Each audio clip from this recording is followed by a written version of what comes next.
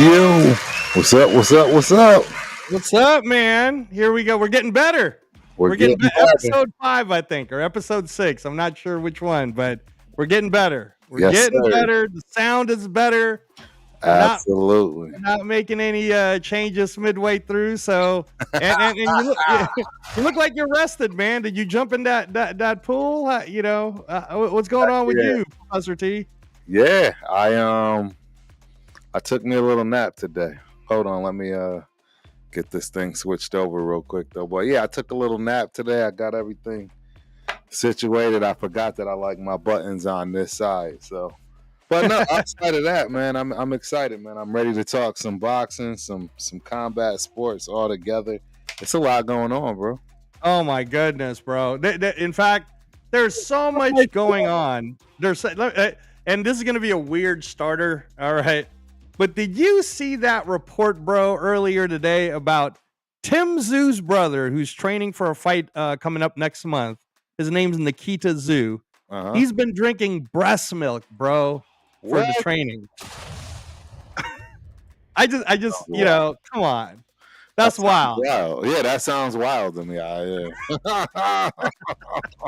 Hey, man, no hate, Nikita Tszyu. Like, we're not, we're not saying nothing, bro. We're just saying we're a little shocking for us Americans here. I don't know if that's a thing in Australia where you just be drinking breast milk during training camp, but in America we drink regular milk, bro. Correct. Oh, correcto, sir. Correct.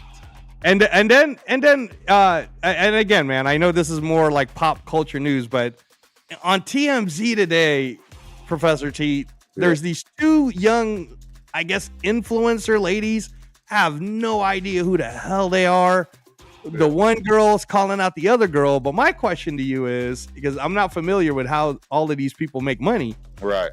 She was offering this influencer girl $60 million to have a boxing match. How are influencers that are like in their 20s, that are just pretty girls, dude, able to make this money? 60 million? Yeah, that sounds like a stretch. I mean, that sounds like a stretch, but man, I'm like, shit. Maybe Professor T should come out and box. Exactly. Get me out there. Put me in, coach. Shit. Yeah. Oh, my God. I'll be happy to be on that corner. My 10% is going to look pretty good. Yeah. I'll take it. I'll coach the hell out of turf, too. Man. It'll be serious out there. Oh, man. But anyways, those are two pop culture things. Let's start with the biggest news of the week on Monday, which was the UFC, bro, signed a $7.7 billion. That's with a B, y'all. $1 billion deal with CBS, not CBS Sports Network, regular ass CBS, where they show Matlock, CBS, and Paramount Plus. Now, and the reason why Paramount Plus and CBS did it, bro, is starting 2026, 43 UFC events. Yeah. All the regular ones we've been paying about $1,200 a year for will now be 100% free. Hey, yeah, that's wild. Wild, man. Wild. And you know where I think they're going to get the money, Turf? And I've been saying this for a long time. I've been saying, why don't they just go back to the old format back in the 80s where remember how Sugar Ray Leonard was able to build himself up? It was commercial ad buys and it was investors and everything, right? Yep. So their big Super Bowl for the UFC next year is July 4th, UFC White House, bro. That's already a thing. Right, that's a big deal. That's a big fight. Now I don't even like honestly, you don't have to be a expert of MMA to want to just tune into that. No, because it'll be a global event. It'll be like there will be people in other countries who will be watching it that whether they like MMA, hate MMA, there's going to be political people that'll be watching it, going, "Look at this crazy motherfucker putting you know what I mean?" But what all I'm saying is, the TV ratings for this, and quote me now, will be greater than the Super Bowl. It will be bigger than the Super Bowl because it's on July 4th. It's the 250th anniversary of Independence Day. And it's the first time we're ever going to see a combat fight happening on the White House lawn. Bro, come on. It's going to be fire. It's going to be an excellent show, I think. And free on CBS. Right. This is like watching college football or like the national championship. It's just free on CBS. Like watching the Final Four, man. You know what I mean? Like, this is crazy. And then they're showing clips like Conor McGregor training right now. You know, that. I'm wondering who the hell is he gonna fight? Like, bro, do not be surprised that because this is a special UFC White House event, man, he's gonna bring everyone back, bro. I'll make you a prediction right now. I'll guarantee you that somehow Ronda Rousey will end up on that card. Oh, absolutely. Everybody. And we haven't seen Ronda Rousey in forever, bro, but she'll end up on that card. Everybody will. If you were ever a mainstream name, John Jones, you know what I'm saying? If you were ever a mainstream name, your ass is ending up on that card. Be the who's who of MMA. Yeah, they will bring back people who have already made the Hall of Fame. Like, right. Exactly. You know, Chuck Liddell will do something. You know what I mean? Correct. He'll be coaching. He'll be doing a speech. He'll be doing something, man. Like. They're bringing the whole branding down, and this is all. And I say that to say that because it will be free TV, like boxing used to be for when you and I were growing up, Professor T, right? Yep. MMA is still a growing sport. It's still a growing sport. It's still not. You guys have to understand that MMA, in all honesty, and this is no knock on the sport I'm about to say, okay? Right. But MMA, in all honesty, is closer to hockey. And I say that in the sense that a casual person can't just watch a hockey game. Right. They have to kind of want it. They have to be invested in one way or another. But it's hard to even know what's going on. Can I say that fairly? No, right, I okay. It's not like, oh, okay, football. They're throwing the ball. They're hitting each other. Right. Basketball. Okay, they're dribbling it and they're shooting it. Baseball, okay, there's a guy with a bat, there's a guy with a... Hockey is complicated. It's like, okay, so it's guys wearing pads and there's a stick and that flat thing, I guess, and it's supposed to go in the net, but why does it take so long? And why is the score only, 1-0 and it's already going to the third period? Like, right. You know what I mean? Like, it's a harder sport to watch casually. Not that it's not a fun sport to watch. I'm not even saying that. So the reason why I compare MMA is closer to hockey is because it's not like you have to kind of sort of know what grappling is. You know what I mean? Like, I don't think the everyday American wakes up understanding what grappling is. No. Right? And certainly I don't think the everyday American grew up in a household where there's a cage in the backyard and you can just jump in the cage and roll around with your dad. Right? Okay, so again, I'm not. So I say that to say that now that it will be free, imagine your kids, right? And I know you don't want me to say that about your baby girl yet, but I'm just saying, like, when she's old enough, okay, after she's done watching Love Island 10 years from now, you know what I'm saying, right? That her kids are gonna get to watch this combat sports called mixed martial arts, right, in the United States of America, Professor T, for free on regular TV. That's insane. To me, that's insane. That's because again, when we were growing up, right, like for the most part, in an American household, Professor T, what is considered the fighting art when you're growing up in any state? You learn how to do what? You learn how to box. Yeah, absolutely. Box, play box.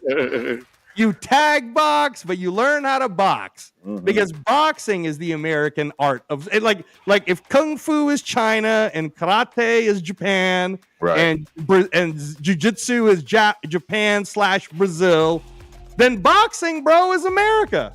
Right. That's America, man. That's what Gervonta Davis, Shakur Stevenson. They didn't grow up learning karate, bro. They learned, you know what I mean? Like they were slap boxing each other in the yard, man. Like that's so that's what I'm saying is that it's still the most translatable sport is still boxing, no matter what.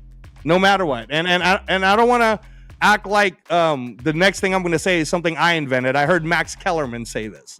So Max Kellerman said, if we went to a playground yard, Professor T, and there was some basketball going on one side with some really great athletes, and there's some football happening on another side with some really great athletes, and there's some baseball happening on another side with some really great athletes, and then there's a fight happening on the tennis court.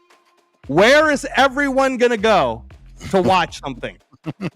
They're going to go watch a fight because boxing and fighting is still the most popular thing to watch. 100%.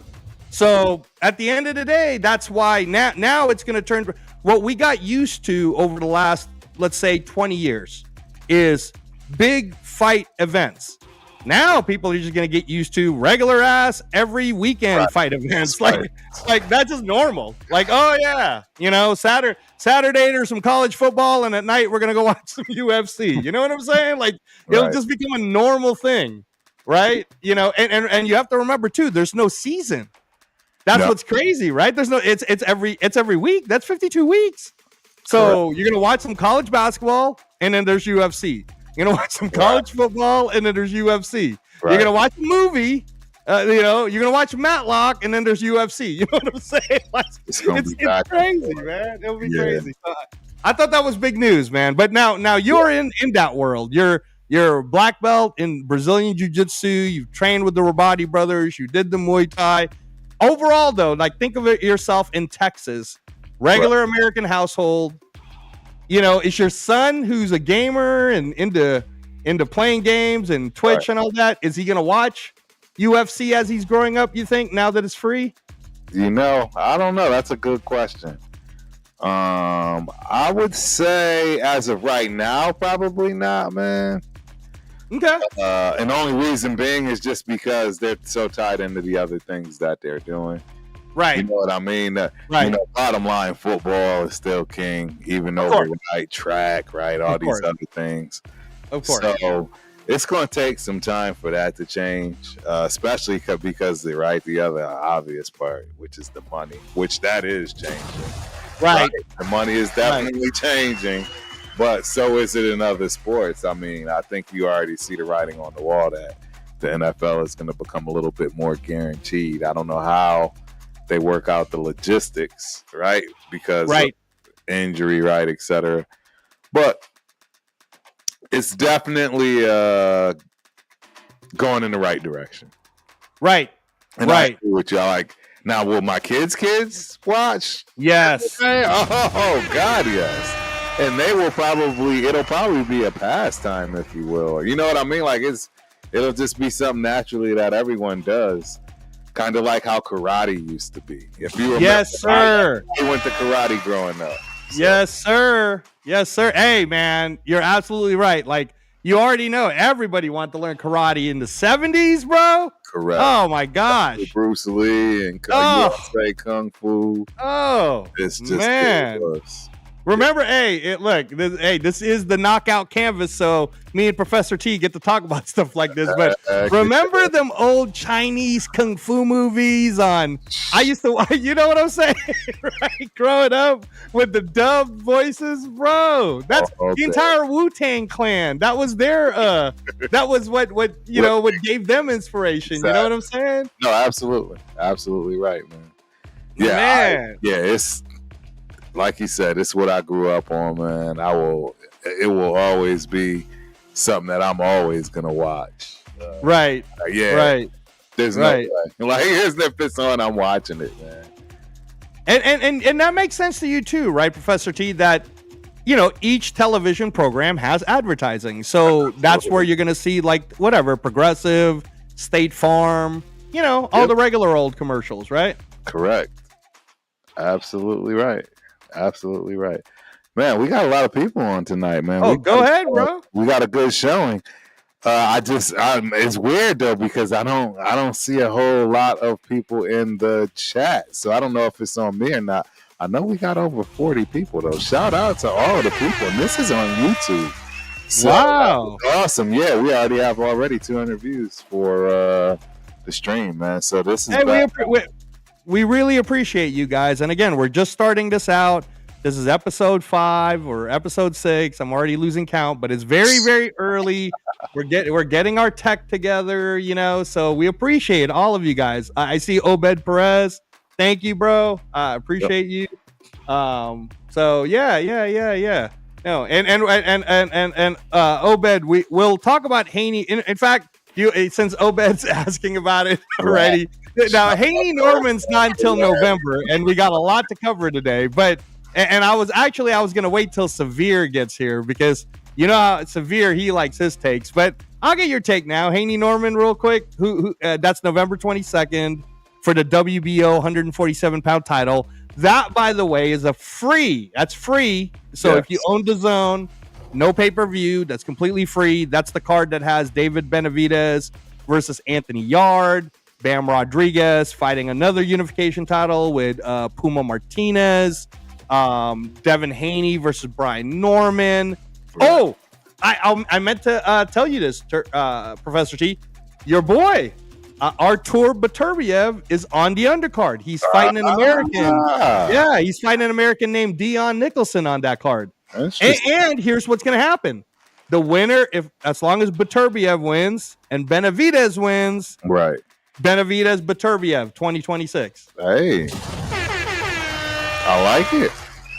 That's a banger of a fight, man. They're not gonna need a lot of room in that fight because those two, neither one of those two back up. They're fighting in the phone booth. Yeah, that's a phone booth fight right there. Yeah, that's a phone booth fight. That's an old school. That might be our version of Hagler Hearns, bro. Yes, 100%.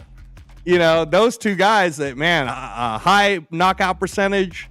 They're just both bangers, right? So, hey, man. But anyway, all right. So Haney Norman, I've given my perspective on a few shows.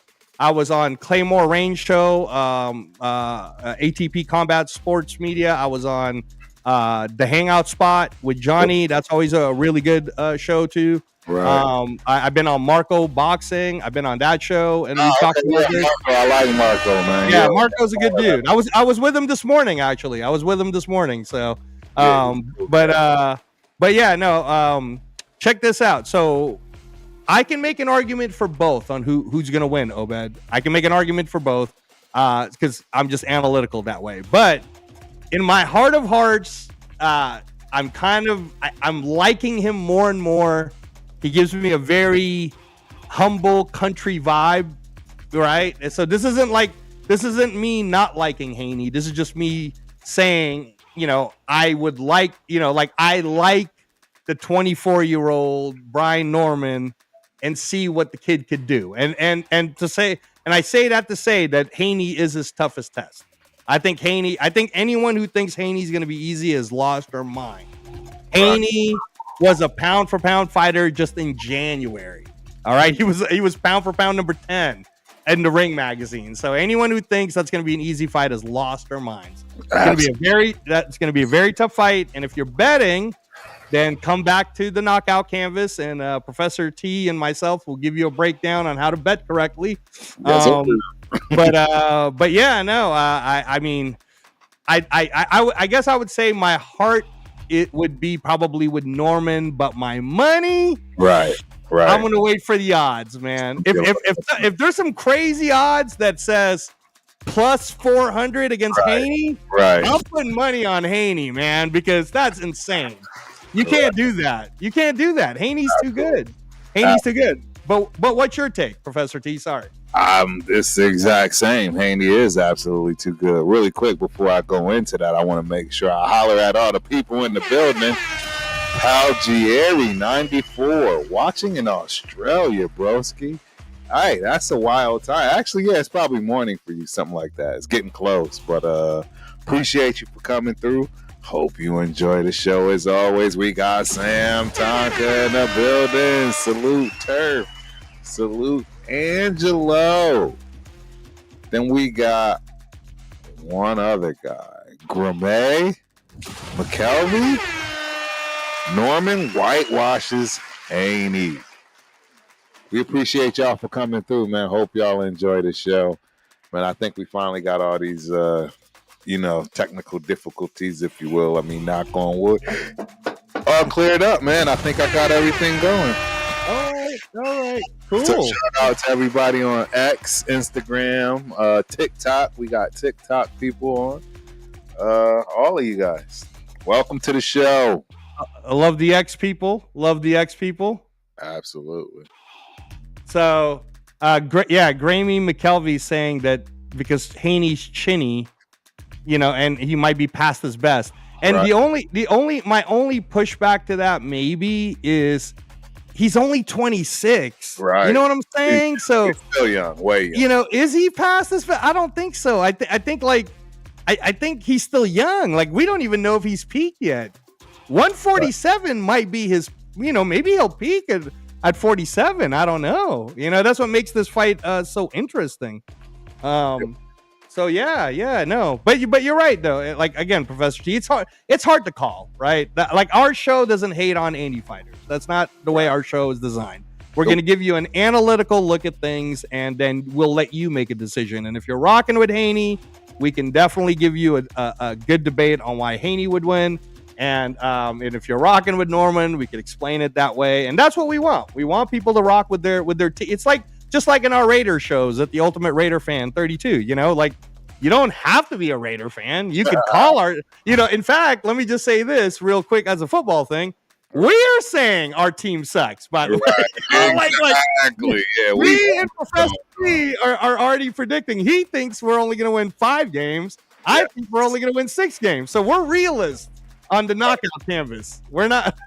Absolutely. We're not going to try to tell you something that's not true. So no, that's funny. But anyways, all right. So let's get to this one. In other news, Canelo Crawford's coming up. They announced the undercards, and everybody went wild, right? Yeah. People going, this sucks. What kind of undercard is this? Yeah.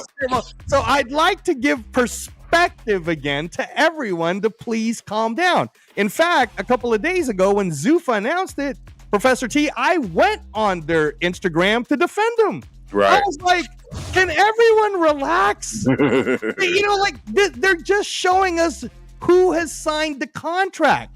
Right. They're not telling us everyone that's on the undercard yet because they have to wait for contracts to be signed. Correct. And again, if you're not paying attention to what's happening in the state of combat sports in the United States, then please come to the knockout canvas so we can explain it to you. Exactly. All right? Remember that Turkey Al Sheikh made a deal to pay $10 million a year to Zuffa Boxing and Dana White and the TKO group to be in charge of American boxing. They wanted the American events, okay? Now, if you've been paying attention, Dana White and the TKO group has been busy closing a $7.7 billion deal for CBS and the UFC. They've been busy, y'all. It's crazy. They literally, Dana White yesterday here at the Apex, Professor T was like, honestly, man, I can't answer you about the undercards that's going to happen on Friday night, September 12th, because I've been really busy, so let me get into that. So he already hinted that there's going to be a bunch of undercards on the Friday. All right, so relax. Everyone relax, okay? All I can tell you is what we see with our eyes, all right? So I gave this example. Professor T, when we've watched the UFC event, right? Is it normally only 4 fights? Or does it end up being 18 fights? Because there's 3 fight cards in the early prelims, and then there's 5 fight cards in the regular prelims, and then there's 5 fight cards on the main event card, right? Like, relax, everyone. Okay, that Saturday will probably have at least 10 fights in it. At least 10. Okay, and then or they'll do like 8 on Saturday and then 8 on Friday. You know what I'm saying? Like, relax. Everyone, pump the brake. Okay, everybody relax. There's going to be plenty of fights for everybody to see. All right, before you go start shitting on it. Secondly, I'll boldly say it. Dana White is the best combat sports promoter when it comes to live sporting events. Because if you've ever been to a boxing match versus you've ever been to a UFC match, okay? And I'm talking about America again, all right? So I'm not talking about Australia where everybody there loves fight sports and they'll actually show up for the first fight. I'm not talking about the UK where it's stadium fights, right? And people are already drinking, around the first, second fight, right? I'm talking about in the United States where you and me, who are both American, Professor T, we can honestly say that when we've gone to boxing cards, other than you and I who love boxing, right, most of the people aren't there until probably the co-main event. I was gonna say at best. I mean, the stadium or venue, it's definitely small. I mean, people only really kind of show up for the main event. That's just right. Now you and I, who both have been to UFC fights, also, it's a completely different feel. Yeah, because you show up at a UFC event at 3 p.m. That stadium's at least half full already. Right? Because everybody's watching their fighters. Everybody's watching everyone else. So I say that to say that if the guy that's in charge of putting this fight card together and doing the live event together in a stadium is Dana White, right, and you already know how he does UFC, what makes you think that the undercard is only the ones they just announced right now? Right. Nah, it's going to be some fire. Come on now. Yeah. Come on. Stop it, guys. Stop it. All right. Okay. Now, secondly, just like what we always do here at the Knockout Canvas, if I have some insider info that I'm not going to divulge to you who I know, but so far since episode 2, the predictions I've made have been correct. Have they not been, Professor T? Yeah. Did I not tell you that Gervonta Davis was going to retire way before this news even came out? All right. So I have some sources. It's looking like the Cuban standout, who is the number 1 ranked WBA 160 pounder right now. He's a killer too, man. This guy's awesome. He's also the ranked number 2, I believe, WBC 160 pound, and the ranked number 5 IBF 160 pound. His name is Yoenli Yo-Yo Diablo Hernandez. Okay. Yeah. He's badass, Turf. He's badass. 8-0. I forgot how many knockouts he has. I think he might have 5. This guy's a killer, though. All right. Yeah. Great amateur background. He's currently right now one of the main sparring partners for Canelo Alvarez. So a little insider there for you guys. I was just talking to some people. I don't want to say who. I've been talking to some people. Okay. And looking like he's going to be on the undercard. Let me just say that. In fact, I'll just make it as a prediction on our show, but I was not told this. Okay. I was not told this. This is Angelo Reyes giving you a prediction on his own, having no information at all, just guessing. Right. Okay. Right. All right. Guesstimate. Okay. It's a guesstimate. But if I'm reading the tea leaves correctly, right, I believe we're going to see a WBA or a WBC, or not WBC, WBA, or maybe an IBF interim belt. Hey, maybe a WBA or an IBF interim belt between Yoenli Hernandez and someone. I don't know who the someone will be, but now now I'm going to go even deeper for you. Okay, you want me to go deep? I'm going to go deep. Okay, I think because it's an easy contract or an easier contract to make, I think you might have a WBA interim 160-pound world title between Yoeli Hernandez and Shane Mosley Jr. What? I like that. I like that. Because right now, if you look at the rankings, Yoeli Hernandez is number 1 in the WBA. Shane Mosley Jr. is number 2 in the WBA. Shane Mosley Jr. hasn't fought in almost a year and a half. So, and Shane Mosley Jr. is not exactly tied down to like a Golden Boy Promotions or, so easier fight to make on Netflix. Like, why would you turn down fighting in front of Netflix? Right? I agree. If Shane Mosley Jr. beats this Cuban guy, all of a sudden people are going to go, oh, that's the son of a legend, right? Right. Oh, absolutely. The Cuban guy beats Shane Mosley Jr. They're going to say, oh my God, this Cuban guy just beat a son of a legend. Like, it's a good name. It's a good name to have. It's a good title fight to have. So I'm just going to throw that out there. And if I'm correct, I don't know, by next Wednesday, can we say that prediction 2 came through? So I keep my ear to the ground, y'all. I keep my ear to the ground. But man, so far, let me just tag in. Oh, go ahead. People that's on TikTok, just to make sure, man. We got Raider Mike 27 in the building. We got Crazy Card Pulls that just joined, man. We got J Sal 03 in the building.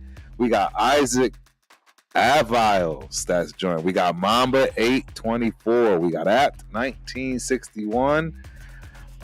Joseph Finley is in the building. Appreciate you for coming through. Krieg Z 523. Shelly GOVG, and last but not least, man, Jeremiah Gonzalez. Man, and then Pair of the Dice just snuck up in there. Appreciate y'all for coming through. Don't forget, hit that like button. Mosey on over to YouTube, right? For all you X people, Twitch, all of the platforms. Go on over to YouTube and please subscribe. Even hit that notification button. That way you don't ever miss when we come on, because eventually Turf's going to get it. Well, Professor T on this show is going to get it together, and we will be live fight watching on a regular basis. I mean, for one, the views are amazing. I don't know if I told you, we got like 4,000 or 5,000 views for that watch party out there. Yes. It was crazy. It was crazy. No, I love it. I'm sorry I couldn't make it. As you know, I was with family. And we believe on the knockout canvas as always, family first, right? Family first on everything. Correct. But man, people are tuning in, man. People want to see and people want to hear what's going on with the world of boxing from some people that know what's going on. So yeah. Absolutely. So let's talk about this undercard again for everyone around the world who's going to get a chance to watch it on Netflix for free. 300 million subscribers. The first set of undercards they just announced to you, relax everyone, that's not the full undercards. That is not the full undercards. You will be hearing a lot more before this week is even over. Okay? Right. That's number one. In the United States, if you are an American casual fan, the NFL will be doing advertisement for Canelo Crawford as the season begins. So you'll probably start to see it by the last week of preseason, okay? Heading into the first week. Now, think about that for a second. First Thursday night game, all right? First Friday night game for Brazil, the Chiefs versus Green Bay or something. I forgot already. And then, the first Sunday game. Come on. And then they're going to be talking about Canelo Crawford. Come on. All right. For anyone who, when I went on all these great other boxing podcasts, who called me crazy when I said Canelo Crawford will not only at least hit the same numbers that Tyson Hall did. Right. They're going to surpass it. Yeah. They're going to surpass it. I can believe it. Yeah. I'm with you. Too much advertising. Just too much advertising. All right. And if they're going to do like a Netflix 2-day event, okay, imagine a Netflix 2-day event. Imagine a Netflix 3-day event. Right. Right? You know what I'm saying? Like, if they start doing that, Netflix and WWE, I've seen it before where they were showing the promotions for Canelo Crawford on the WWE YouTube and social media pages. I've seen them do it on the UFC pages. Right. So come on, man. You already know. This is gonna get pumped up way too high. So right off the grip, Professor T, right now, I think the best, most violently competitive fight that they announced is the WBC interim 168-pound killer from Canada, who is also Haitian, I believe. His name is Christian Mbili. Yeah. He's a killer. He's a killer. He's all right. He's fighting the Canelo prototype that Terence Crawford has been building up, named Lester Martinez from Guatemala. Yep. That's a violent fight. That's a violent fight. Fire. I mean, if you know boxing like we do here at the Knockout Canvas, yes, that is a very violent fight. And if you like that type of violence, then that's Christian Mbili versus Lester Martinez, y'all. And if you don't know who Lester Martinez is, go to YouTube now or after the show, type in Lester Martinez highlights, and you're going to be like, damn, this guy looks like Canelo. You will not be disappointed. You will not be disappointed. Shout out that to fight got announced in the building, man. I'm from India. Well, we appreciate you for coming through, Headhunter. And hope you enjoy the show, man. I know it's definitely a wild hour for you, man. We got Gucci Flamingo in the building. Bobby Lee. And last but not least, man, my main man, Sam Tonka in the building. I forget Sam is a big-time boxing fan. Oh, hey, Sam. Canelo will be close to Mayweather, Pac-Man. I think he'll surpass it because it's free. I think so too. I think he'll surpass it because it's free. The fact that it's free makes it wild.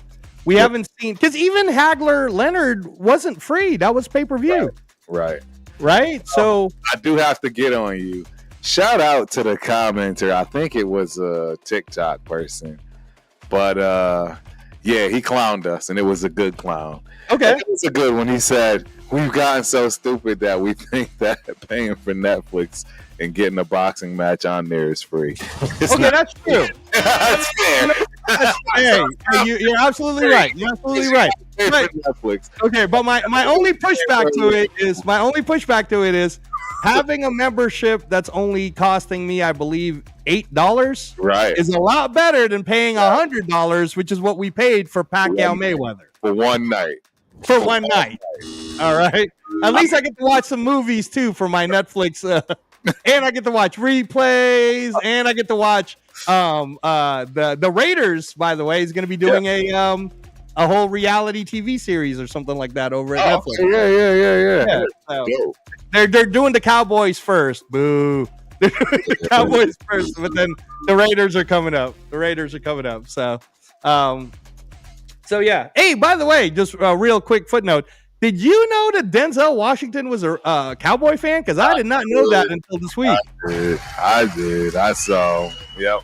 Man, I thought that was cold to see Denzel look at a camera and say, there's Oscars. Right? I was like, that's cold.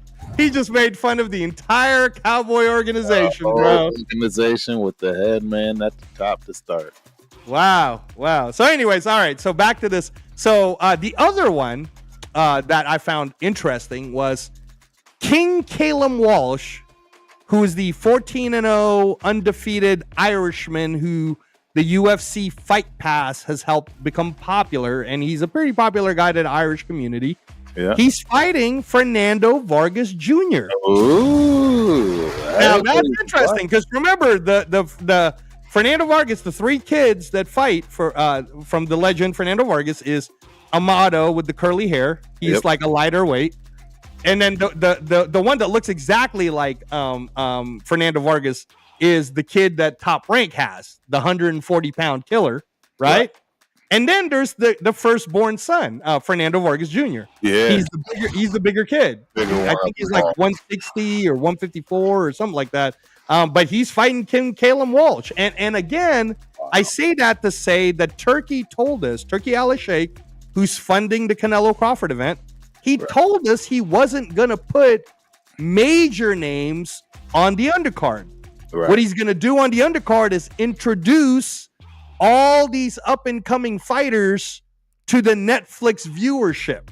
So if you've never heard of Christian Mabili before, now you're going to see him.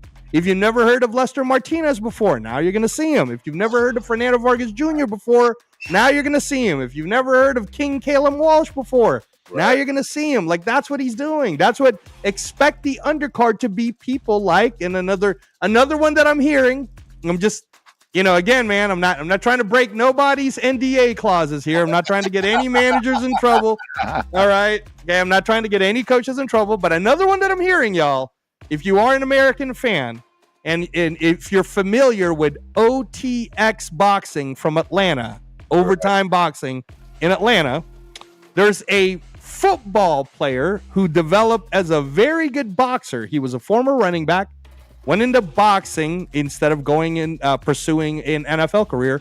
This kid, I believe, is undefeated. Good power punching, 140, 135 pounder by the name of Kurt Scooby. Yeah. Okay. Now, I know where he's training right now. Okay. And I've heard rumbles. I'm just saying, I've heard rumbles that we might see this kid on the undercard of Canelo Crawford. I'm just going to throw it out there. Just going to throw it out there. So if you see Kurt Scooby, those are the type of names you guys can expect, right? So the hardcore boxing fans are going to know these guys like you and me, Professor T, and we're going to be happy to see them. And the casual fans who don't know anything about boxing, that's okay. You're just going to be entertained. You're going to get to know some new names, all right? And you're going to be entertained. So that's one of the other names that I want to throw out. And then the one that they announced, and this is how interesting this is, by the way, and this will segue us to the next segment. Yeah. Muhammad Al-Akel, who is the 18-year-old Saudi kid that Turkey Al-Sheikh is building up, will be making an American 10-round fight on the undercard of Canelo Crawford. Now, here's what makes that interesting. He's fighting this Saturday in Riyadh, Professor T. So that's what I'm saying. It's like anything is possible here, because if you got a kid who's already on a poster of Canelo Crawford, but he's fighting this Saturday, I mean, we don't know. Like, if he gets cut, he might not fight, right? Correct. If he doesn't get hurt, then he will fight, right? Correct. Which leads me to my question, Professor T. Since Turkey Al-Sheikh has taken over from November of 2023, really September of 2023 to now, it's been about 24 months. Right. You've noticed that he's doing these crazy schedules where a fight is set and then he's already booking another fight for the fighter. Correct. If you notice, he's making it almost like an NFL schedule. I've talked to a lot of people who don't like that, but what are your thoughts on it? Do you like it when fighters know that they are going to fight on this day and then a few months later on this day, or do you not like it? I will not only do I like it, I absolutely love it. I adore it. I think fighters should be busy, particularly young fighters. That's the old days of how things were done. And I think you see people have a better game. They progress better. They just naturally become better overall. I mean, right? It's just, there's no way around hard work and dedication, ladies and gentlemen. The more fights you have, the better you're going to be. The more styles you see, etc. So yes, absolutely love the fact that they're fighting more, letting them know they can be prepared and stay in shape, man. You know what I mean? Stay in shape the whole time. You're not one of the people who say it kind of ruins it, like what happened to Haney and Garcia, where they already knew that they were supposed to fight each other, so they ended up both not looking great on the May 4th event in Times Square. Nope. I mean, if anything, all it's doing is setting you up, is helping the underdog out, right? Because now the underdog can, lean on that whole scenario of this dude is overlooking me, man, and you know what I mean? Come into that fight with a real serious chip on his shoulder and something to prove based on the fact that he probably truly feels the guy's overlooking him. So, right. Right. No, I like that. I like that too, because you're right. I think what Riyadh season has done over the last 2 years is it's actually made what used to be called the B side. It's made the B side fighters fight a lot harder, and we're seeing a lot more upsets, and people are starting to realize that America is no longer the number one country for boxing. It is global now. There are pockets and parts of the whole global world. One of the best prospects. I'm not going to call him because he hasn't made it all the way yet, but Nishant Dev from India. I've heard. Again, I'm not breaking any NDAs here. I've heard he's going to be on the undercard. Nishant Dev from India. And Nishant Dev, I've shown you him before. 154 pounds. He was an Olympian that lost to Omari Jones. But this kid is like the Indian Oscar de la Hoya, man. This kid's got all the total package. And imagine that. All right, let's just talk about India. Right. If this kid fights on Netflix, how many people in India are going to tune into Netflix? Nah, it's going to be through the roof. So that's what I'm saying is that you just, again, you never know until this whole thing and all the announcements are done. But the fact that there's a fighter fighting this Saturday that has already been assigned to also fight September 13th tells you that anything is possible.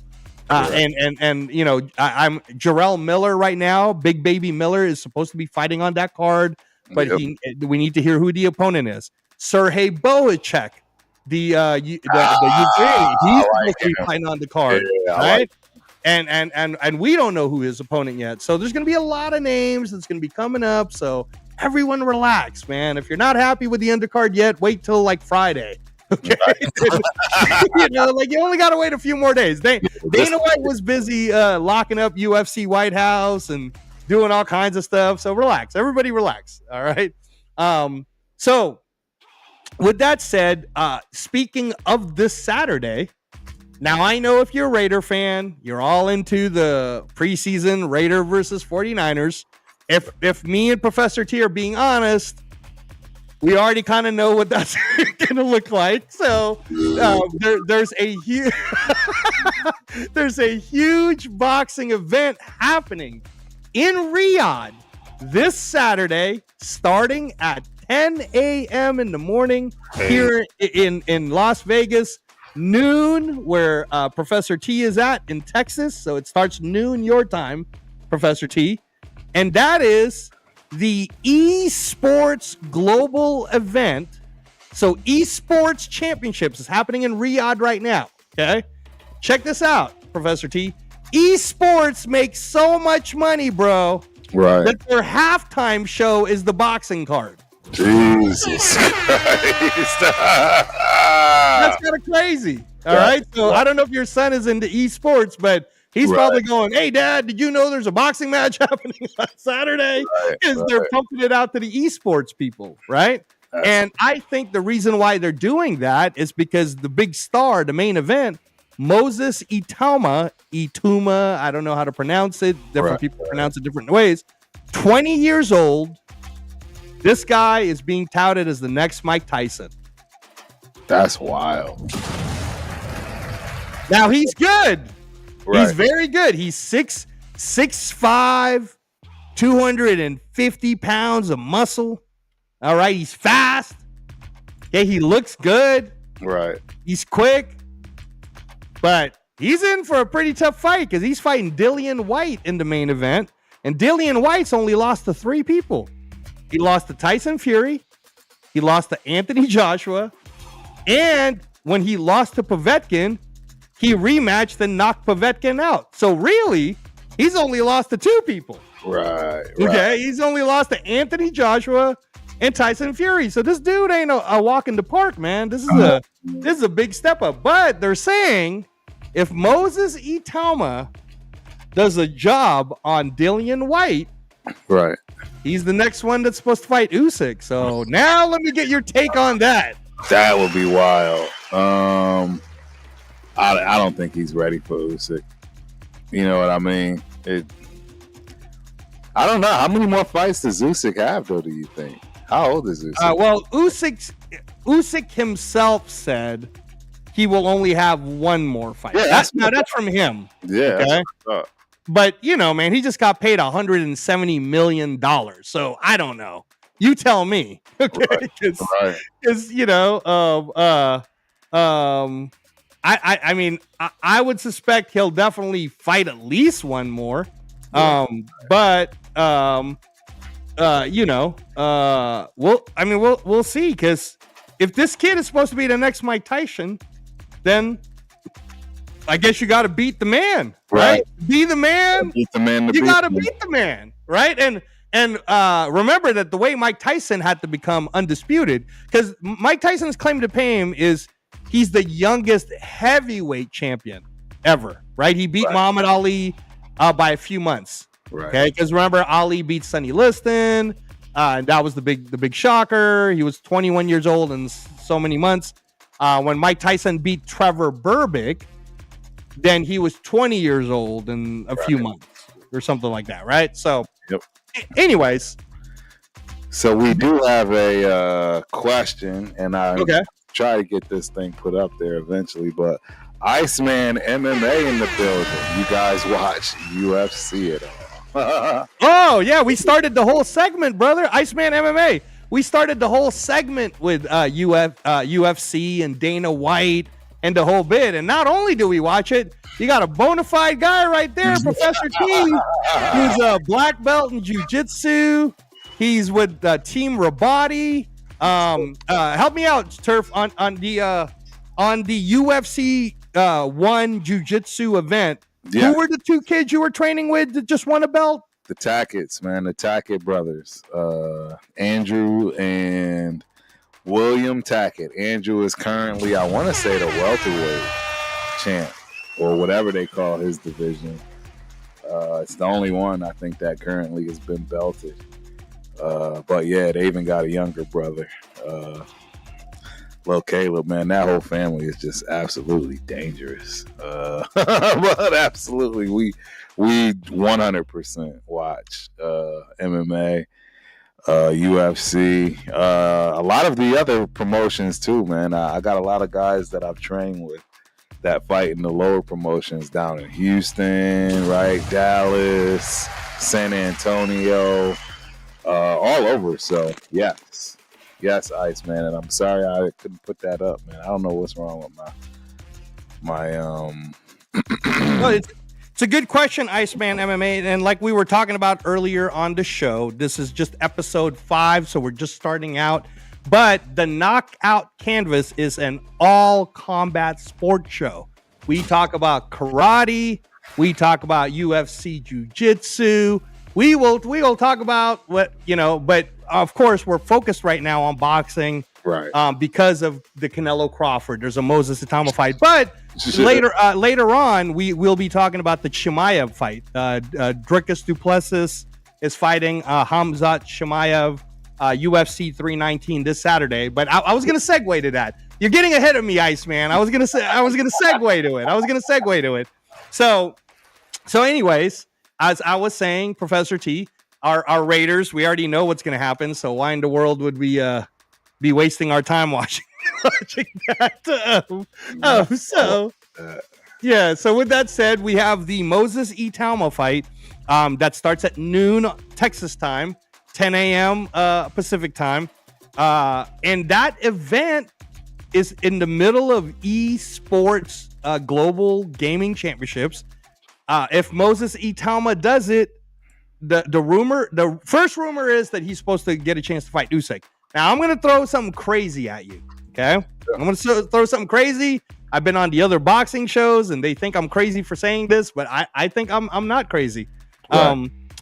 Moses Itama, if he comes out of this fight on Saturday against Dillian White, and he doesn't get hurt at all, no head trauma. No cuts in the face. No muscle strains. I think he's going to be on the undercard of Canelo Crawford. Hey, that'd be wild. That would be wild. Now, how do you make someone the next Mike Tyson? How do you make him the next Mike Tyson? You put him in front of 300 million global subscribers. That's how you do it. Yeah, I agree. I agree with that. Now imagine this, and this is where everybody thinks I'm really crazy. Imagine if he fights Jarrell Baby Miller to do it. Right, that would be... That's a tough fight. That's a tough fight because remember Jarrell Baby Miller last year in L.A. when he fought Andy Ruiz on the undercard of Crawford Madrimov. Remember that show? Right? It was at the BMO Stadium. Eminem played. Yes. That's where Jared Anderson got knocked out by Martin Bacole. Right? People forget that Andy Ruiz and Jarrell Miller had a war. Yes, big time war. So if Moses Itauma knocks out Dillian White, then Turki Al-Sheikh says he's gonna fight on the undercard of Canelo Crawford against Big Baby Miller, and then Moses Itauma beats him in front of 300 global subscribers, bro. Come on, that'll be wild. You already know now the Usyk talk's gonna ramp up. They're gonna be like, hey man, this guy fought in 5 weeks, within 5 weeks of each other. Shout out to Rock in the building. What happened to Andy Ruiz? Which Andy Ruiz? You mean the overweight one that shocked the world and made me 10 grand? Yeah. Andy Ruiz got a Rock. I'll answer your question. Andy Ruiz had a nice payday when he fought in LA on the Riyadh card. Since that time, I honestly don't know. I mean, it's hard, man, because discipline, you know, me and Professor T have talked about this before. One of the qualities you have to be an elite fighter, whether it's UFC, MMA, or karate, or boxing, or jiu-jitsu, is you have to have discipline, right? You have to have discipline. You can't go in waves, right? You can't one day be like, I'm in the greatest shape of my life, and then the next day be like 80 pounds over it. And I get it, like some of the MMA fans, like Iceman MMA, might go, well, Paddy Pimblett does it. I know, but Paddy Pimblett isn't the champion. Correct. The champion is Ilia Topuria. And I'll guarantee you he can't do that to Ilia Topuria, because Ilia Topuria is knocking everyone out. He knocked out Oliveira. He knocked out Max Holloway. Come on, baby. You can't do that. You can't do that. You got to be in shape. You got to be disciplined. So I don't know, Rock. I think Andy Ruiz probably didn't get an offer because he's not ready, or maybe he's not in shape. That's probably why he's not getting any offers right now. So yeah, that's the answer to that question. But yeah, what do you think about that though? Moses Itauma versus Jarrell Miller, if it happens September 13th on the undercard of Canelo Crawford. Huge fight. That's a huge fight. I mean, that's a fight in itself. That's a main card fight in itself. I like it. It gives Baby a chance to bounce back, which is definitely needed. He looked like he just got treated like a kid. He just got treated. Well, this is where we're hurting, and actually I've had this conversation with you before in private, and you know me, Professor T. Anytime any Raider fans who tries to talk to us and tries to tell us, man, boxing's dead, like we don't even recognize them. We just treat them like they're trolls. All right, because they don't know anything about combat sports, so why even bother, right? But I was on Marco's show today, and I was giving him the stat that we have currently, right now, today, 21 born and raised USA American champions, world champions that actually are holding the belt. And Marco did the statistics, and Marco said that is 30% of all current world champions right now. So the fact that we have 30% of the whole belt, that's pretty good. Right. So ask yourself that question, Professor T. Why isn't Stephen A. Smith talking about it? Why isn't regular CBS Sports talking about it? Why isn't it on? So that's why I always say I never really blame the American fan base. I blame the media for it. Right. Well, if you're not going to talk about Shakur Stevenson, Gervonta Davis, Brian Norman, Devin Haney, you know what? If you're not talking about the American fighters, then how are people supposed to know? Right. What it is, I think, in a lot of instances, is they're honestly, literally ignorant to the game. How can you talk about something you really don't know? I mean, we've all seen Stephen A. throw punches. Like, I'm not. Hey, Stephen A., you did it to yourself, not me. I didn't put that mess out there. So I mean, nobody's taking any kind of advice or media knowledge from a person that's punching like that. I'm sorry, it's just not going down. That's you know, and they get discouraged, I guess, and you know what I mean. You know, you can blame Joe Rogan. Damn it, everybody goes to Joe in terms of just combat sports, right? Any kind of fighting, and even in boxing, really. He's just become a phenomenon. I love Joe Rogan. FYI. Oh yeah, absolutely love Joe Rogan. Love Joe Rogan. But yeah, it's definitely interesting to see how things are very different than definitely in the past. So. Yeah, but I think that I think that's going to change. And one of the things that you guys have now seen is UFC's free starting 2026 on CBS. Right. So that's the same group that's also going to do a boxing for the United States mainstream fan. So I'd like to bring you all back, you youngsters who might not remember. There used to be a thing called USA Network Tuesday Night Fights. Remember that? Yep. You remember that, Professor T? USA Network Tuesday Night Fights with Sean O'Grady. Yes. Some of the best fights we've seen was on that card. Correct. Or on those nights, right? I think that Dana White's going to bring that back. And we're going to see some good old American boxers who are going to... It's like the UFC. It's like the UFC now, right? Right now, most people, unless you're into MMA, you're not familiar with the UFC Contender Series. And the Contender Series is the fights that you do in order for you to get a contract to get into the UFC. I think they're going to do the same thing. I think they're going to do some kind of Tuesday night fights because Contender Series are on Tuesday nights. So I think they're going to do a Tuesday night fight, and whoever wins those fights gets a contract with Zuffa Boxing. Now again, I don't want to break any NDAs. I'm just telling you that certain things I say on this show, the Knockout Canvas, tend to turn out to be true for some reason. I don't know why that is, Professor T, but they do.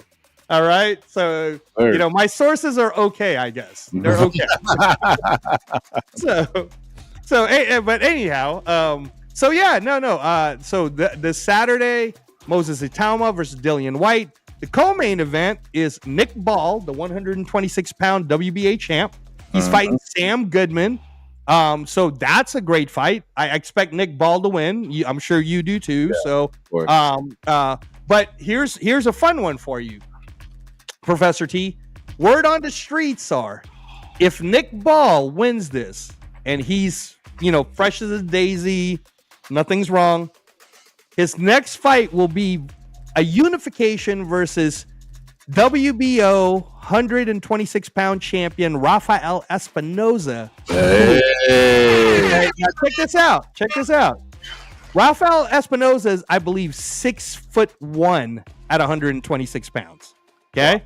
Nick Ball, I believe, is 5'3" at 126 pounds. Wow. This will be the battle of the shortest featherweight champion ever versus the tallest featherweight champion ever, and I'm here for it. Yes, 100%. Oh, all about it.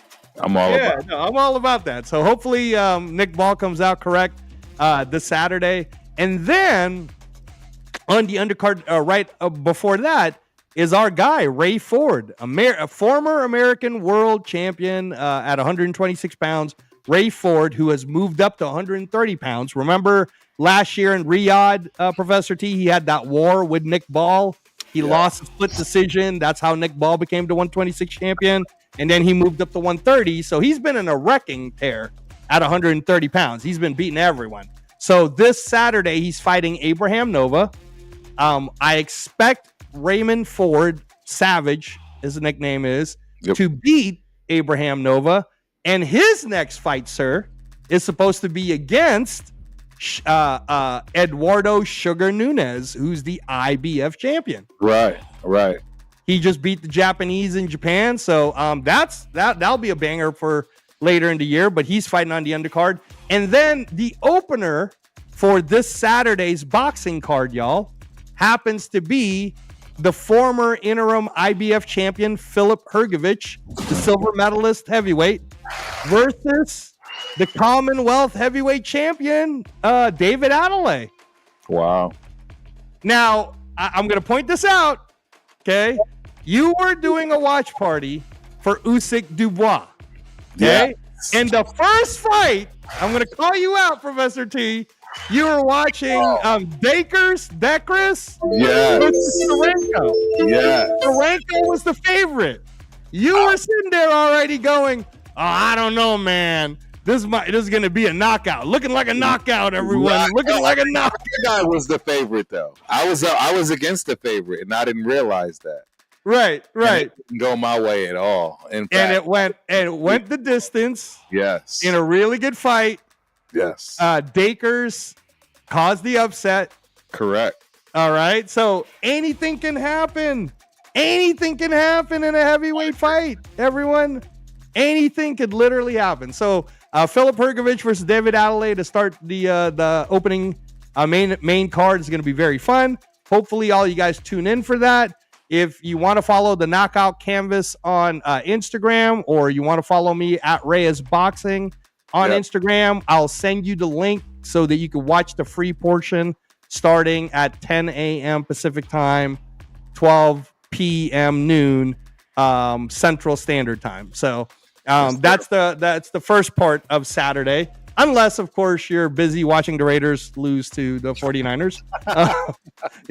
I'm just going to say it, man. I'm going to say it. You know I'm not very happy with them right now. I don't know who is, man. It's a tough one. It's gonna be a hard season. It's gonna be a hard season for us. It's gonna be a hard season. Very hard. So UFC 319, Professor T. UFC 319 is this Saturday. Okay. The early preliminary card starts at 3 p.m. in the afternoon Pacific time. Wow. So that would be 6 p.m. or no, 5 p.m. your time. Okay. The preliminary cards, which, as you know, is free on ESPN Plus, from what I'm looking at least, unless this card has changed, is they have Karin Silva versus Diony Barboza, Brian Battle versus Nursultan Ruzabov, and Edson Barbosa versus Drakkar Klose. That's the main. That's a good fight. Edson Barbosa versus Drakkar Klose. That's a good fight. Okay. Right. That's the early prelims. The preliminary free portion, which is shown on ESPN at 5 p.m. Pacific time, 7 p.m. Central time, is Chase Hooper versus Alexander Hernandez, Jessica Andrade versus Lupi Godinez at strawweight. I could tell you some fun stories about when I was training Jessica Andrade, Professor G. And then at middleweight, you're going to see Gerald Merchart against Michael Olejnik. I can never say his name right, but that's going to be a good fight. And the main event of the preliminary cards is King Bobby Green versus Diego Ferreira. Hey, that's a good fight. That's another good fight.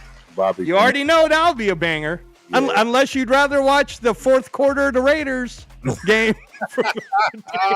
You already know that's a banger. You might want to do a watch party, if I'm being honest with you. So, for the UFC. And then the main card starts at 7 p.m. Pacific time, 9 p.m. Central time. The main event card starts with flyweights Tim Elliott versus Kai Asakura. Man, Kai Asakura is pretty good. Tim Elliott's really good. I know Kai Asakura, yeah. Yeah, that's a good fight. That's a good fight. Middleweights at 185 is Jacob Kilburn versus MVP, baby, Michael Venom Page. I love Michael Venom Page. That's pure entertainment. That's pure entertainment right there. Then at welterweight, which is 170 pounds, We're going to see Jeff Neal versus Carlos Pratis. That's a good fight. That's a good fight. Now check this one out. I'm going to bring out a name that you may be familiar with, Professor T. The co-main event of UFC 319 at featherweight, 145 pounds, is LaRon Murphy, 16-0, undefeated. Yeah. Undefeated versus this kid. When he was coming out of high school, everybody was saying he's going to be the truth. He's going to be the next great thing in MMA. Right. And now we're seeing him in the UFC. Aaron Pico, 13 wins, 4 losses. Yeah, I remember that. Remember Aaron Pico? Remember that? Yeah, he that got kid? a lot of pub. He was getting a lot of publicity, man. So that's the co-main event. But LaRon Murphy's no joke. You know that, Professor T. Absolutely. LaRon Murphy's undefeated for a reason. So we'll see. We'll see what happens that. And then the main event, which is what everybody's waiting to see, the championship for the 185-pound Dricus Duplessis, DDP, as they call him, is fighting Hamzat Chimaev, 14-0, which is also the boogeyman of that division. Exactly. That's going to be another good one. So, man, you got boxing starting in the day, UFC closing out at night. Unless you just want to suffer and watch Raiders versus 49ers. It's up to you. It's up to you. It's really up to you, man. You know, it's definitely going to be a rough one, ladies and gentlemen. That's what's going on Saturday, which is a pretty fun event. We would be remiss if we didn't, before the show closes, Professor T do not talk about the fact that Tank Davis is no longer going to go to jail. Hey. Right? They dropped charges somehow. And again, by the way, this isn't me and Professor T somehow being okay with domestic violence or anything like that. We don't know what happened. All right. We're not into the business of what's going on in their personal lives. Nope. We're just giving you the news that he was supposed to be fighting this weekend against Lamont Roach, which is now looking like it's not going to happen. Correct. There's the announcement talks, obviously. Okay. But let me ask you this. If he's really retired, which I told you I don't think he is, but if he's really retired, right? Do you think Gervonta Davis had enough of a career to make it into Hall of Fame? Oh, wow. That's a great, fabulous question. Man, I'll put it to you this way. I don't see him as a first ballot. Okay. That's fair. You see what I'm saying? Like, yeah, I don't see him as a first ballot, but that's a tough question, man. I mean, did he do enough? I don't know. Did he? I don't know. What do y'all think? I don't think so. I mean, because you can't even. He's 30 years old, so he retires at his peak, right? Yeah. And he never fought Shakur. He never fought Keyshawn Davis. He didn't fight any of the ones that people want him to fight. I mean, when you look at his record, like, who did he really fight at their peak? He didn't have that Hagler, Leonard Duran, Pryor, Arguello. There was nothing. There was nothing, right? Ryan Garcia fight was a gimmick. Right. I shouldn't say gimmick, but I mean, he drained him. I mean, you all know what he had. You know what happened that fight. Right. He wouldn't have won it. I'm just saying, Too many restrictions. Right. Too many restrictions. Yeah, it's just not. Yeah. Wasn't a fair fight. So, okay. Now, here's I'm just going to throw it out there, all right? Again, I'm not breaking any NDAs. Okay? I'm just saying I hear things is all I'm trying to say. Right. Manny Pacquiao, everyone, is making a comeback fight again. Hey. After Mario's fight happened, Manny Pacquiao's next date is December 27th. Wow. Mark it down on your calendars. He is fighting right after Christmas. He's going to give out some Christmas gifts to all his kids and some of the other ones that might not be with Pacquiao. I'm just messing around. I know. But he'll be giving out all the gifts, and then he'll be fighting someone. And rumor has it, if Gervonta Tank Davis is just leaving the division, okay, and the WBA becomes vacant, okay, right? Word is Tank Davis versus Manny Pacquiao, December 27th. Now, let me ask you that, sir. If Tank Davis has to move up to even 140, 142 catch weight, 144 to fight 46-year-old Manny Pacquiao, do you like it? Do you not like it? I don't like it. I think Manny Pacquiao could dangerously get hurt. I'm going to just keep it a bean. I mean, you're talking. Tank probably going to be packing his largest punch at that weight. And he knows he's got to win that fight by knockout. You know what I'm saying? I hear you. Unless he's retiring and just that's the bag he's happy with. You know, and that's the only way that's going to work out that way. Now, do you believe that based on how Manny Pacquiao looked against Mario Barrios, that Pacquiao couldn't take him 12? No. Not really? Not Gervonta. Barrios. I was never really a huge fan of Barrios either. I think he was very opportunistic when he had the fights that he had received, however they got there. And he's never really showed, right? He's never really shined when he had his time to shine and step up. So, I mean, the bright lights 100% got him that fight. There was no question everybody knew the bright lights. I mean, the first few rounds, he pretty much gave him away. So okay. All right. So, you're not buying that one then. You're saying, if you're selling me that, I'm not buying it. I'm scared for his health, bro. I mean, you're talking, you know what I say? That's what I don't know. You don't play boxing, bro. Somebody's one of these, and you know what I mean? For all we know, that's why George Foreman passed away, God rest his soul, sooner than later, because of that Moore fight. Or you know what I mean? Or whatever other fight that was way over his, time frame, man. And I just, if Pacquiao catch the wrong punch, man, it's over. And we all know that. Okay. You know, right? Think about it. We all, at that age, come on, man. I mean, we don't want to see anyone getting hurt. That's for sure. Nobody getting hurt like that. Yeah, and that's what I'm saying. Why put somebody, the reflexes aren't there, right? They're not, I mean, and we're talking a prime Tank, bro. 30 years old, prime. Right. And he's moving up in weight on top of it, and who knows how that's going to carry in terms of his punch.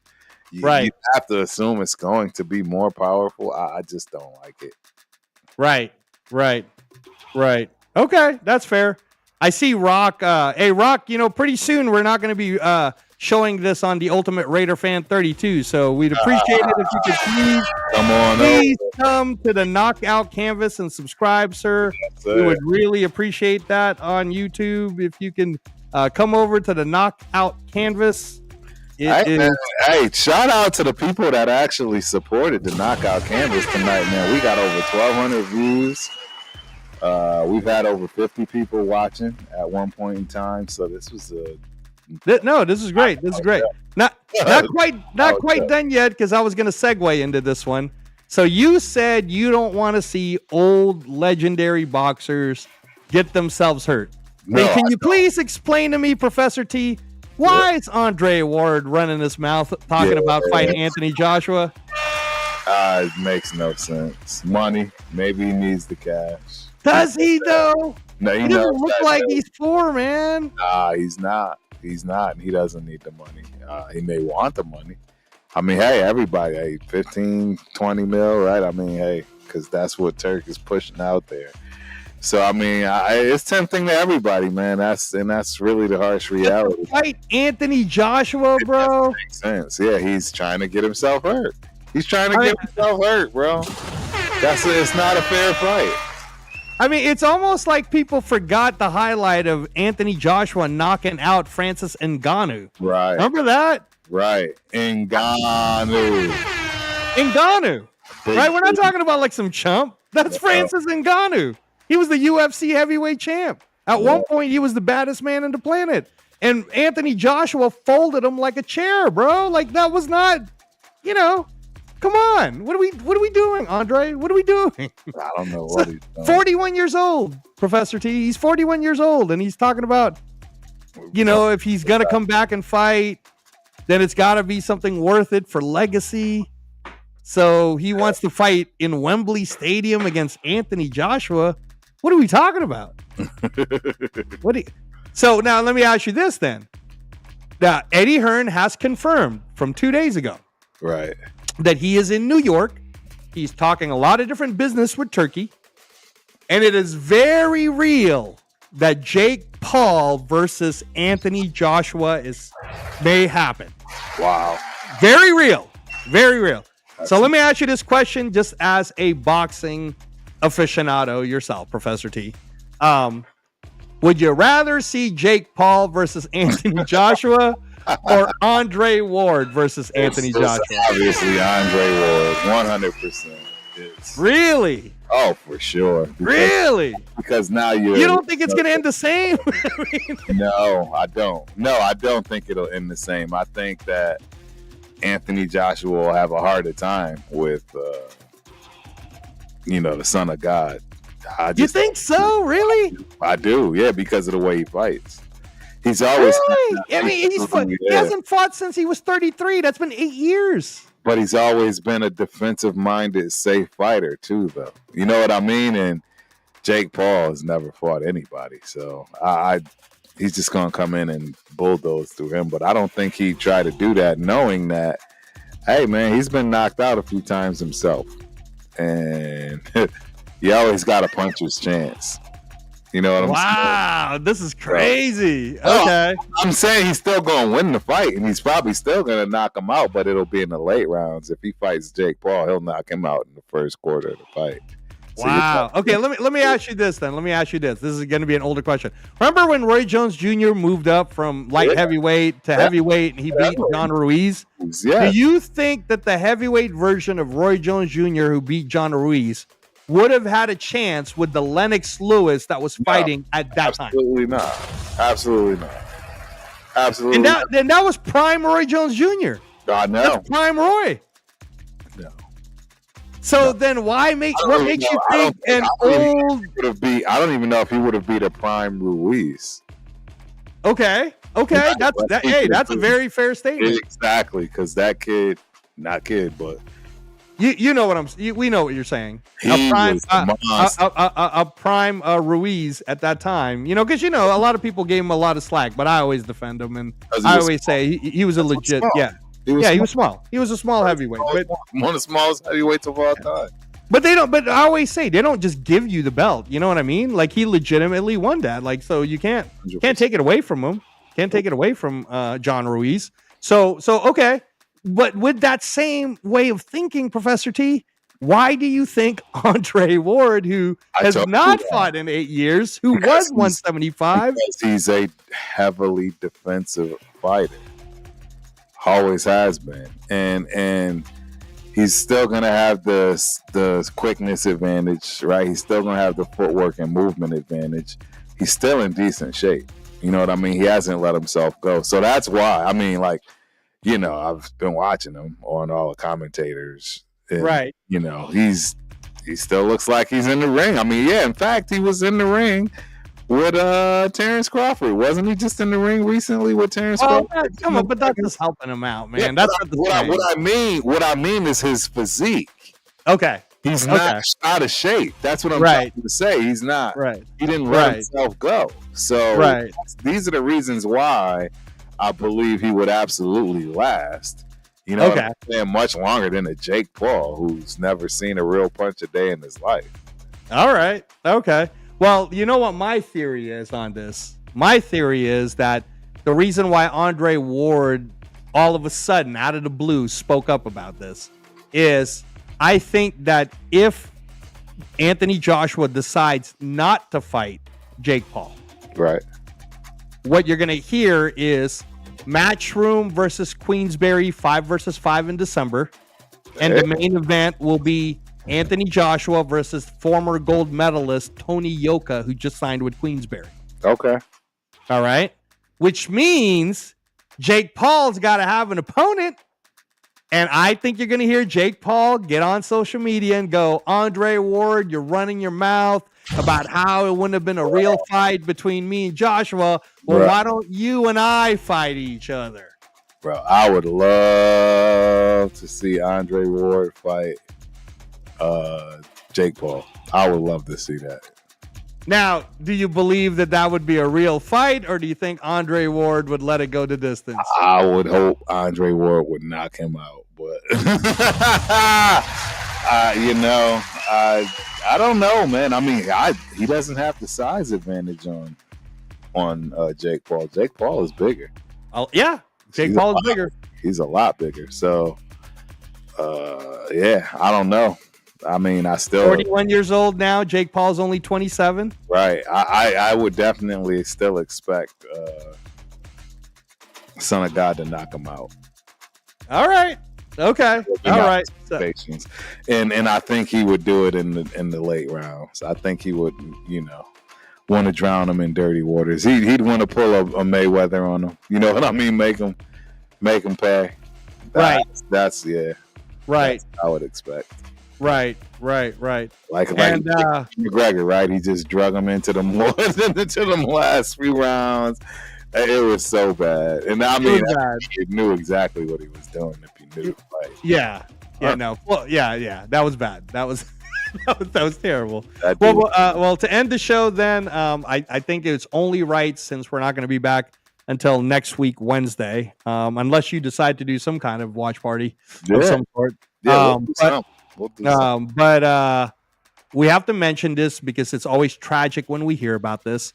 Yeah. On August 2nd, which was 2 Saturdays ago, there was a Japanese card that was happening called U-Next. Okay. Right. And the main event was for the 130-pound OPBF, which is the Oriental Pacific Boxing Championship belt. If you watch the fight, you guys can find it on YouTube, or like I said, you can follow me at Reyes Boxing on Instagram. I'll send it to you. When you watch it, it doesn't look like anything terrible really happened during the fight. Right. Shortly after the match was done, Shigetoshi Kotari was rushed to the hospital for a brain surgery. Right. And unfortunately, he passed away last week, Thursday. That was a 28-year-old young man, and we hear about this all too often. If one death is more than one, that's too much already. Okay, in our sport, and this is where I always say I want to give respect to boxers, because boxing is the only sport other than race car driving where you hear about the athletes dying. Okay, but that happened. But something that in our lifetime I don't remember, unless you want to tell me you remember this ever happening, Professor T. 2 fighters from that same card died. Right. No. Okay. There was another young man who was fighting an 8-round fight. Again, if you want to see the replay of that, if you watch it, again, it doesn't look like any more of a fight than what we just saw between Regis Prograis versus Jojo Diaz. You know what I mean? Like, looks like what a boxing match would look like. Okay. And yet this young man, Mr. Urakawa, he gets rushed to the hospital for the same a different hospital for the same type of brain surgery, and he passed away on Sunday. So 2 deaths from the same card. Both of these young men were both 28 years old. Wow, man. That's young. That's rough. That's rough. That's way rough. And like what we always say here on the Knockout Canvas, man, you don't play boxing. It's the only sport that you do not play. And that's why we also don't like to really badmouth or talk badly about any boxers, because they are putting their lives on the line for our entertainment. In the ring. Every time they step in the ring. Every time they step in there, and anything can happen, which is the reason why I keep saying to everyone, there wasn't anything dramatic that happened in these fights. Right. There wasn't like where you go, oh no, they should stop this right now. Right. None of that. It looked like what you just saw on regular fights, but punches don't tickle. And these guys are not wearing pads. All right. And we've seen a lot. I mean, Sugar Ray Leonard had his retina torn during a fight. So again, everybody's human and these type of things happen. So prayers to the Qatari and the Urakawa family, and prayers to everybody who loved them and appreciated them. And I just hope, and I'm sure you do too, Professor T, that the Japanese boxing commission can figure this out, man. Right. I don't know what caused it. There's a lot of theories out there, my friend. They're saying maybe it was weight cutting is too much. Right. Which I was actually in a card in Asia where I unfortunately witnessed a Chinese fighter in MMA trying to make the weight cut, and then he got rushed to the hospital and he died, Professor T. So that was rough. I wasn't a part of the team. I was just like with my own eyes. I was watching the coach like walking him to lose weight. So I was like, this is insane. Right. So that could be a possibility. Maybe it's also another theory is the Japanese fighting style is very, very samurai-like. Like they like, you just saw what happened to Jin Sasaki. Brian Norman knocked him out and he didn't remember 6 weeks, right? But but he was coming forward is what we're saying, Professor T. Like there's no backing up from this guy. He wanted to just come in forward. So maybe the Japanese style needs to worry about that. Maybe the sparring's too hard, right? We don't know what's happening on the behind the scenes, Professor T. Maybe they're sparring too much. Maybe there should be like a kind of like in the NFL. Isn't there like a rule where you can't let the players practice a certain way? So maybe there needs to be like a cutoff rule for sparring. Yeah. Hopefully they figure it out, like you said. Yes, sir. So anyways, prayers to them. Thank you, Professor T. That was a great 90-minute show. Awesome show. Thank you, everyone, for man. We really peaked out. You said what was the high? Well, where were we at on our peak? We had over 50 some odd people at once. Yeah, for YouTube, and then it was like 1,000 or 1,200 or something. We got over 1,200. We got 1,400. Wow, views. That's fantastic for episode 5. I love it. I love it. So thank you so much, everybody. We really appreciate everybody who's participating. Thank you to all you guys who also came on all the different platforms on the channel. Please follow us on Instagram, the Knockout Canvas. We're working on getting that put together. Follow us on X. Follow us on TikTok. Follow us on YouTube. Follow the Ultimate Raider Fan 32 on all platforms, and follow me at Reyes Boxing on Instagram. All right, we are out of here. Peace.